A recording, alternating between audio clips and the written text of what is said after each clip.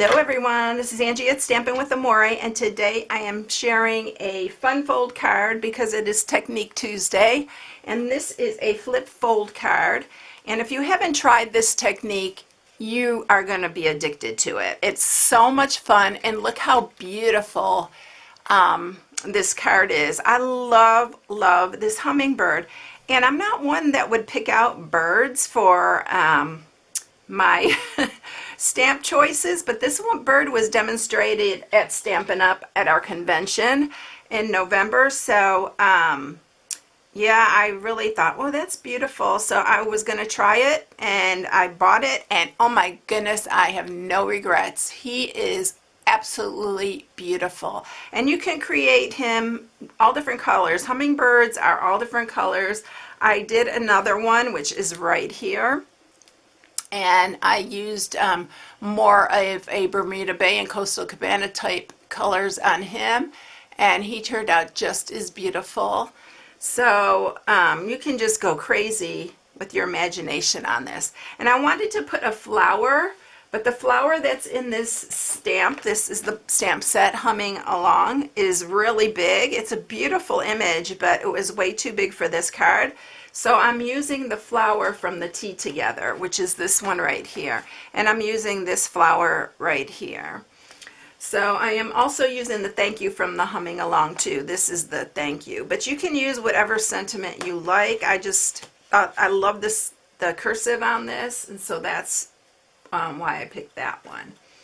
All right, so also I just went a little crazy and I started making a few of these. And this is another one that I made. This is a cute birthday card, and I have a little tip for you.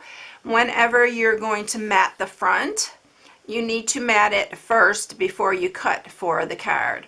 And I'll show you what I mean when you cut for the card. And then you always have to mat the inside, because look how cute it is. So I used, for this one, I used this Sweetest Thing, which is one of my favorite sets this year, of course, because it's got treats and sweets and stuff like that on it. I thought it's perfect for, I do a lot of bags and boxes. All right, so I'm using that one, and then for the background of these little bubble type things, I'm using this Beauty Abounds. This is another one I love, and I've used quite a bit. So that is what I'm using for that. I'm also using the framelits. So I'm using the framelits from the Hummingbird framelits, and so the bird is in with these framelits here, and it will cut out the birds and the flowers. And then I'm also using the framelit to cut out the little flower, and these are the Tea Time framelits. So this is the ones that coordinate with that stamp set. But you can fussy cut, if you don't have the framelits for that, you can fussy cut that little flower out. All right, so let's get started with the measurements and stuff here. So you're going to need a basic 5.5 by 4 1/4, so it's 8.5 by 5.5, and you're going to score it at 4 1/4. And just like you do your regular, so to mat the inside, we're going to use a piece that is 4 by 5 1/4 for the basic black. And then we're going to use a Whisper White piece that's 3 3/4 by 5. We're going to mat the background of the bird, and we're going to use a piece of basic black, which is 2 3/4 by 2 3/4. And then the DSP is this gorgeous Floral Romance. It's a Specialty Designer Series paper. Oh my goodness, this is absolutely gorgeous.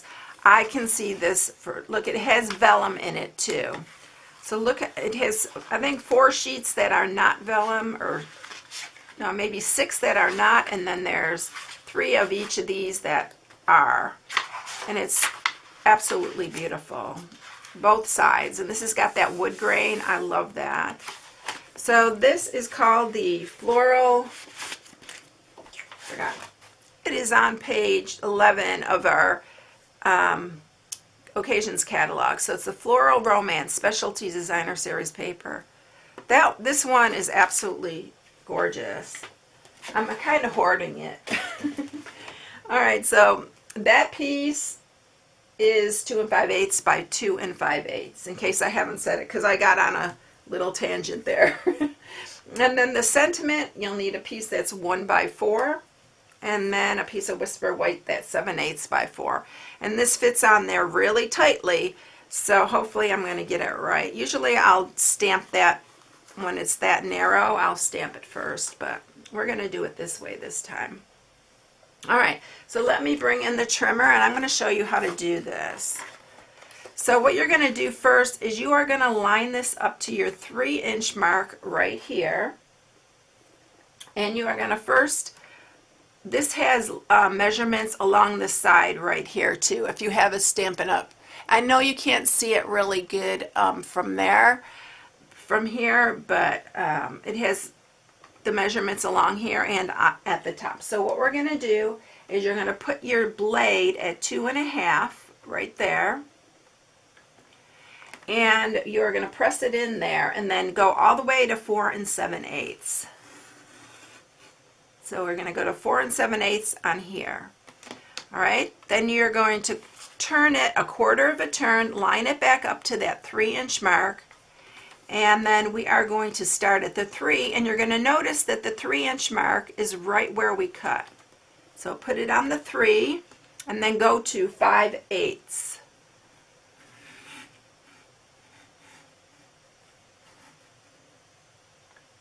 And then that is it for the cutting. So then you have your little square there. And what you're going to do now is you are going to push this toward you. Get your bone folder ready, because you want to have this really straight. And I usually just hold it up on here, so I can use my grid paper to make sure it's lining up straight. And then you're just going to score it. And there's your fold. Isn't that easy and really fun? I could go crazy doing a bunch of them. So let's go ahead and mat this piece right here. This square right here is like a 3 by 3. So we're going to go ahead and mat that.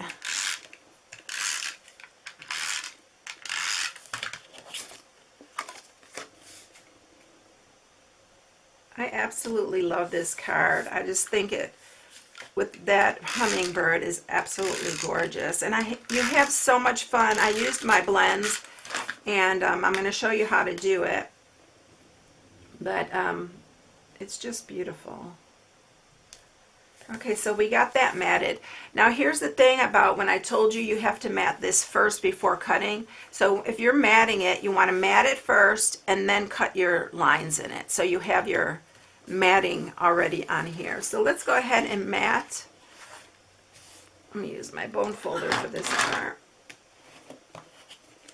And I'm going to go ahead and mat the inside while we have that here. And then we'll get into the stamping. This card, I'm telling you, can be addictive.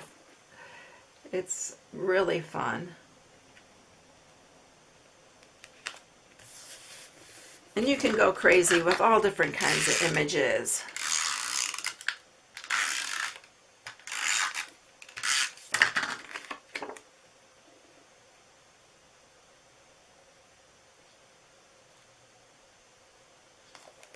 And this matting looks so pretty. Look it up against this. And this is Pear Pizzazz. No, this is Old Olive that I'm using for this one. This one's Old Olive.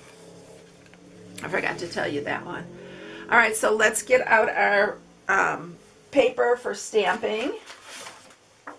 Our Whisper White right here. And we're going to stamp our hummingbird.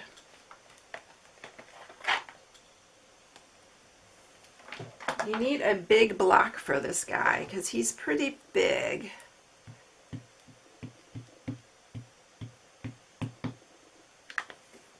So we're going to stamp him first. And I'm going to go ahead and stamp the flower too, because we're going to color them at the same time.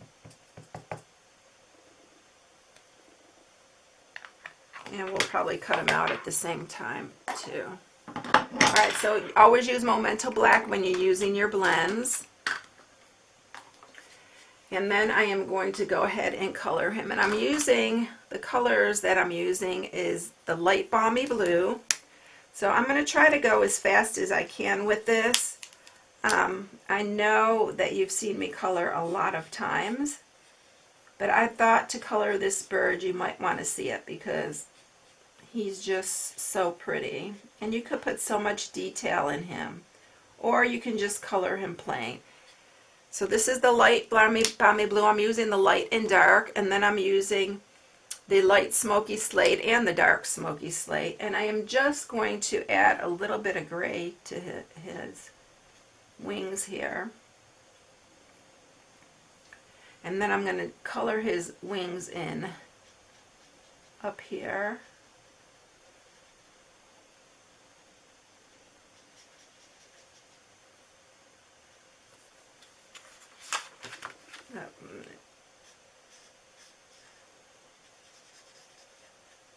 And then we're going to just add some shading on it. Just a little bit. I am not a pro at shading. I don't claim to be.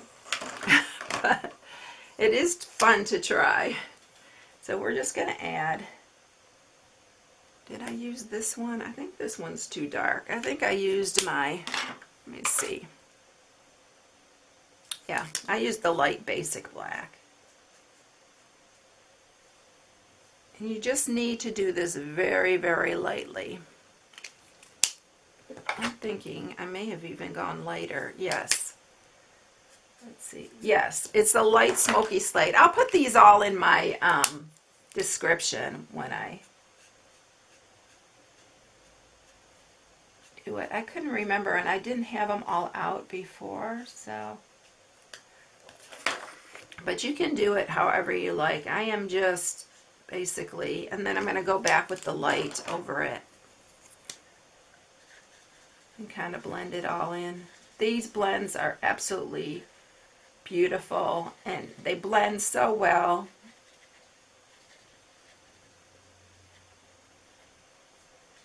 So we're going to do him like that, and then I'm going to add a little bit of green to him. I'm using the light and dark Old Olive.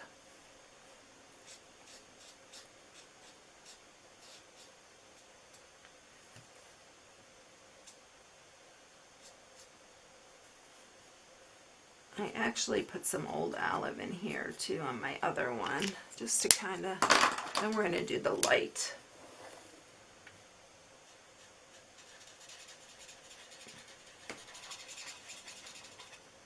But that little bit of Old Olive really makes it stand out. And we're going to do his body, and his face in the light balmy blue again. But you're going to get different results every time you do it. And then I'm going to use some of the dark again, just to shade it.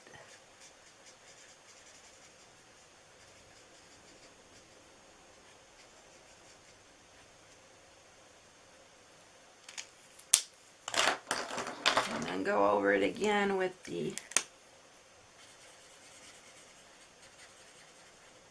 and then we're going to use some pumpkin pie for his beak. And then also what I did with the, that's why I had the dark out, because I used the dark basic black for his little dots here, because they do have some little dots.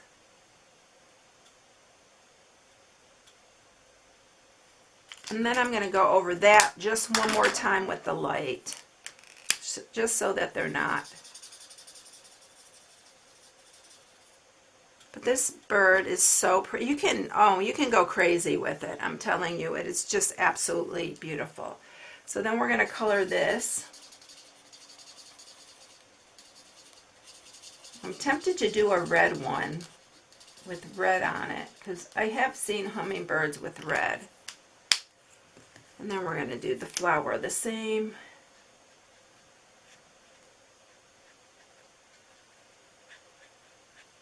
if you're a professional colorer, you can probably make these look so realistic. I love to color, and I'm trying to teach myself a little bit of the shading and stuff. Really haven't had time to do a whole lot of it.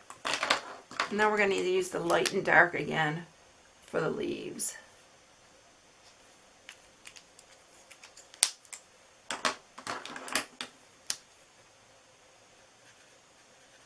And this is the old olive. And then I'm going to use some of the dark mango melody just for the center of that flower. Alright, so now we're ready to take it to the big shot and get that done. So let me grab that. And we'll get these cut out. And we'll be ready to rock and roll and get it all put together. I hope I didn't bore you with the coloring of the bird, but it's so beautiful, I thought you might want to see it. Okay, and then this one.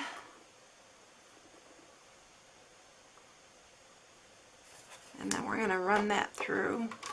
And it really doesn't take a whole lot of time. I mean, you can sit and really be creative, but really, this bird is just beautiful. But look at him. Look how beautiful they are. So here's the little flower. And then we're ready to get this all put together. I need to stamp the sentiment. So let's go ahead and get our piece to stamp. And I hope I can do this without messing up, because it is really, I gotta make sure I keep it within, because it's like fits just perfect.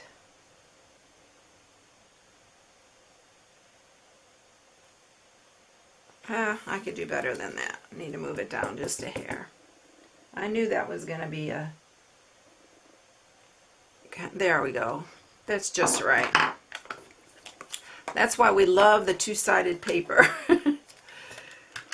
And we're going to put this on our matte piece.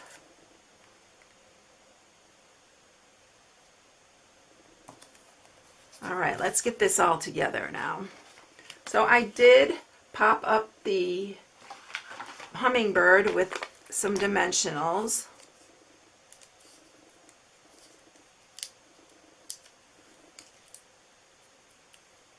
And then I put the flower on because I wanted to see exactly where I could line him up.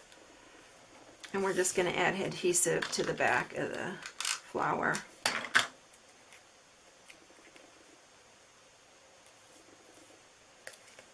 And on this card, it can hang off of there because it's not going to be over the framework of the card. And then we're going to just add the sentiment.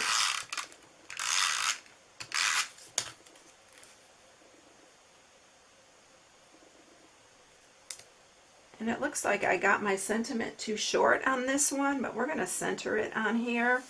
And let me measure again the piece that it's got to be, it has to be 4 1/4 long. So I think I just cut them short because I said 4 and it needs to be 4 1/4. It needs to be 4 1/4 by 7/8 and 4 1/4 by 1 if you want it to go from end to end like I had the other one. And then I also, if you don't like that sticking up like that, I just took a glue dot and I put it underneath. You can use some Tombow, you can use a glue dot, whatever you have handy. So I'm just going to grab this glue dot and put it right underneath there. And there you have it. The sentiment actually looks fine that it's not all the way across. Either way you can do it. Here's the other one where it's all the way across the end. But aren't those pretty? I just love this hummingbird. He's just gorgeous. And this card is just so fun to create. Once you get down your little cutting, you're going to go crazy making them. So here's all 3 that I did. If you need any supplies, you can go to my blog at stampingwithamore.com and shop from my blog.